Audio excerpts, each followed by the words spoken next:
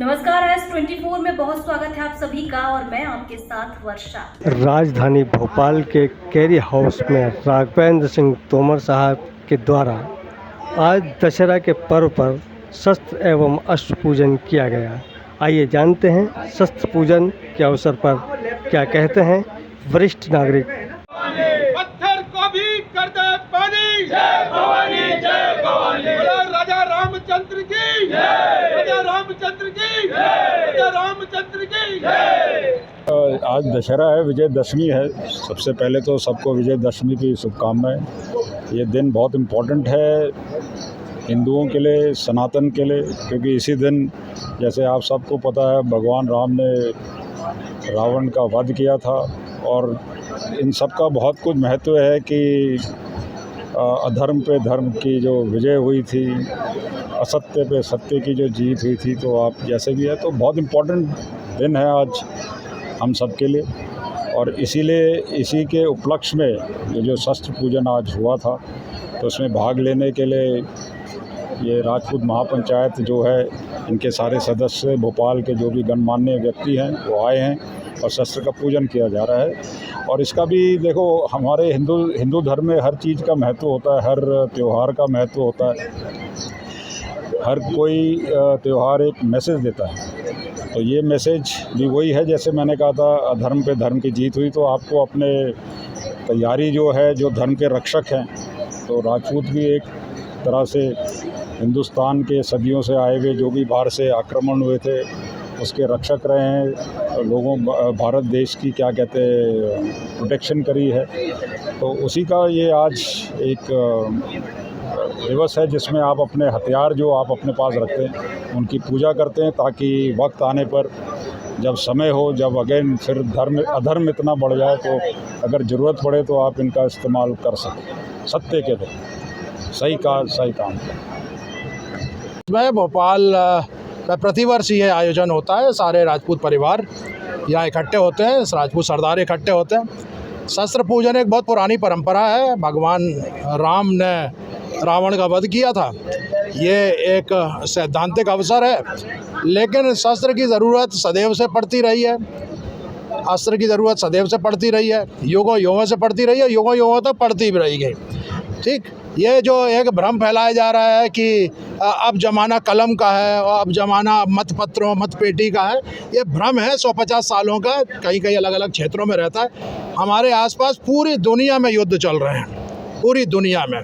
हमसे जो ज़्यादा तथाकथित पढ़े लिखे होते थे, जिनको कॉन्वेंट एजुकेशन, अंग्रेजी और दूसरी भाषाओं का ज्ञान ज़्यादा था, ऐसे सारे देश, चाहे यूरोप के हों, चाहे अरब के हों, चाहे अमेरिका के आसपास के हों, चाहे भारत के चारों तरफ के हों, सब में युद्ध चल रहा है, भयानक युद्ध चल रहा है। तो ज़माना जैसा पहला था वैसे ही अभी भी है और ऐसे ही आगे रहने वाला है। तो और जहाँ रहेगा वहाँ एक वॉरियर कम्युनिटी की ज़रूरत पड़ेगी सदैव। एक मार्शल कौम की ज़रूरत हर देश में पड़ेगी। जिन देशों में भी युद्ध चल रहे होंगे वहाँ मार्शल कौम की ज़रूरत पड़ेगी। राजपूत एक मार्शल कौम रही है। इनका विशिष्ट इतिहास रहा है। पूरा भारत का इतिहास राजपूतों के इर्द गिर्द रहता है, तो और शस्त्रों के इर्द गिर्द रहता है। तो राजपूत इसी प्रेरणा को, इसी प्रण को हर दशहरे पर दोबारा से याद करते हैं। भोपाल का माहौल आपने देखा, लव जिहाद का माहौल है। मुसलमान जो है वो हमारे परिवारों की बच्चियों को बुरी नज़र से देख रहे हैं, और ये कितना बुरा हाल हो रहा है। उनके घर मकान तोड़ने से क्या होगा? उनका घर मकान तोड़ने से तो कुछ होगा नहीं।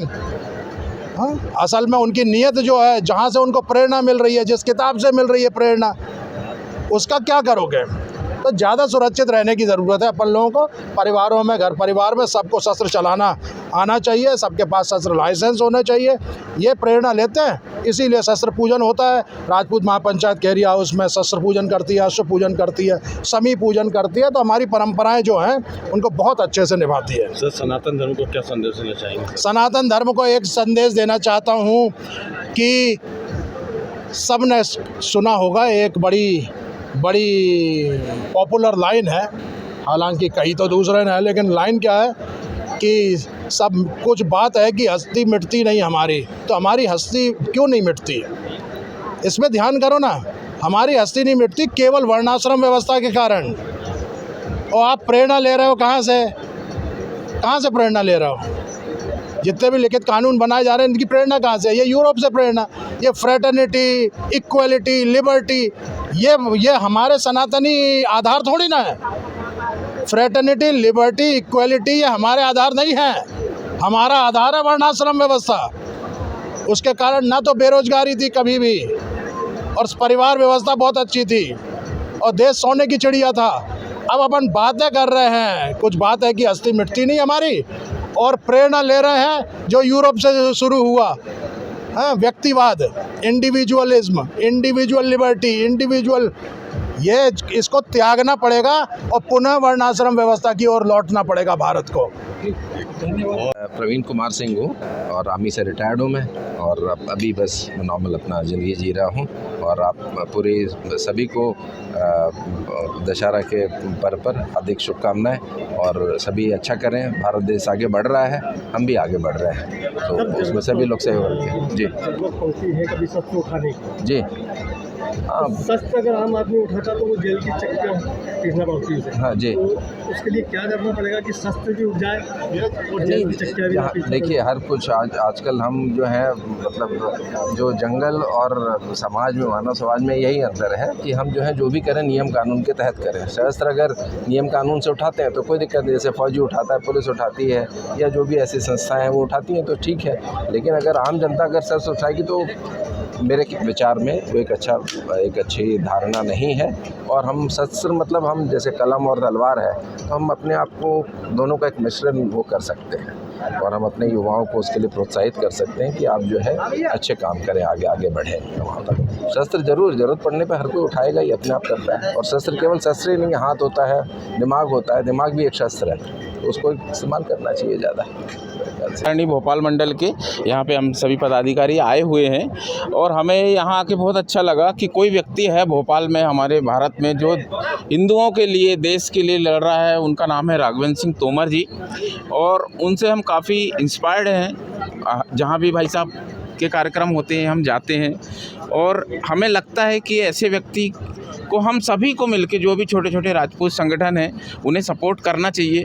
क्योंकि भाई साहब हमारे कार्यक्रम में भी आए थे, जो कनक गार्डन में हुआ था सामूहिक विवाह सम्मेलन। यहाँ इतना बड़ा जो हमारा महाराणा प्रताप लोक बन रहा है, जो बहुत बड़ी बात है, भाई साहब के प्रयास से बन रहा है, जो एक आने वाली पीढ़ियों के लिए एक निशानी के रूप में होगा कि क्या हमारे पूर्वजों ने किया। आज भी भाई साहब ने यहाँ पे शस्त्र पूजन करवाई विधिवत, और राम भगवान की यहाँ पे पूजा अर्चना हुई। और हम भी भाई साहब से अपने संगठन के लिए हमेशा निवेदन करेंगे कि वो हमारे कार्यक्रम में भी आते रहें, हमारे समाज जो हमारा संगठन है उसे भी गति दें, और हम सब मिलके सनातन के लिए कुछ अच्छा कर पाएँ, जैसे हमारे पूर्वजों ने किया था। और भाई साहब भी थोड़ा सा इस बारे में कुछ। बहुत आभारी हूँ मैं, राजपूत महापंचायत और हमारा खेरिया हाउस परिवार, तोमर परिवार बहुत आभारी है कि आप संगठन प्रमुख हैं और बहुत प्रभावी संगठन चलाते हैं। और आज दशहरे पर शस्त्र पूजन आपको भी आपके संगठन में करना था, अपने परिवारों में करना था, उसके बावजूद आप सब लोग यहाँ पधारे, मैं बहुत आभारी हूँ। और ये बात स्पष्ट है कि राजपूत महापंचायत का दायित्व ही है, पहला दायित्व जो है वो यही है कि जितने भी राजपूतों के संगठन, क्षत्रियों के संगठन देश भर में चल रहे हैं, उनके बीच में समन्वय बनाना, उनको ताकत देना, उनको वैचारिक ताकत देना, उनको बाकी ताकत देना और सहयोग देना, यही राजपूत महापंचायत काम है। यही समाज ने ये दायित्व मेरे ऊपर सौंपा हुआ है, तो मैं आपका मान सम्मान बनाकर रखने में, आपके संगठन को ताकत देने में जो यथासंभव मेरे से होगा वो मैं हमेशा करूँगा, सदैव करूँगा। ये भी बहुत अच्छी बात है कि आपका संगठन सनातन भाव का संगठन है और क्षत्रियों का जो मूल भाव है उसको लेकर के चलता है, क्षत्रियों का, राजपूतों का नाम रोशन करता है। तो मैं बड़ा सौभाग्यशाली हूँ कि आपका साथ हमें मिलता रहता है, सदैव हमारा साथ ऐसे ही बना रहेगा।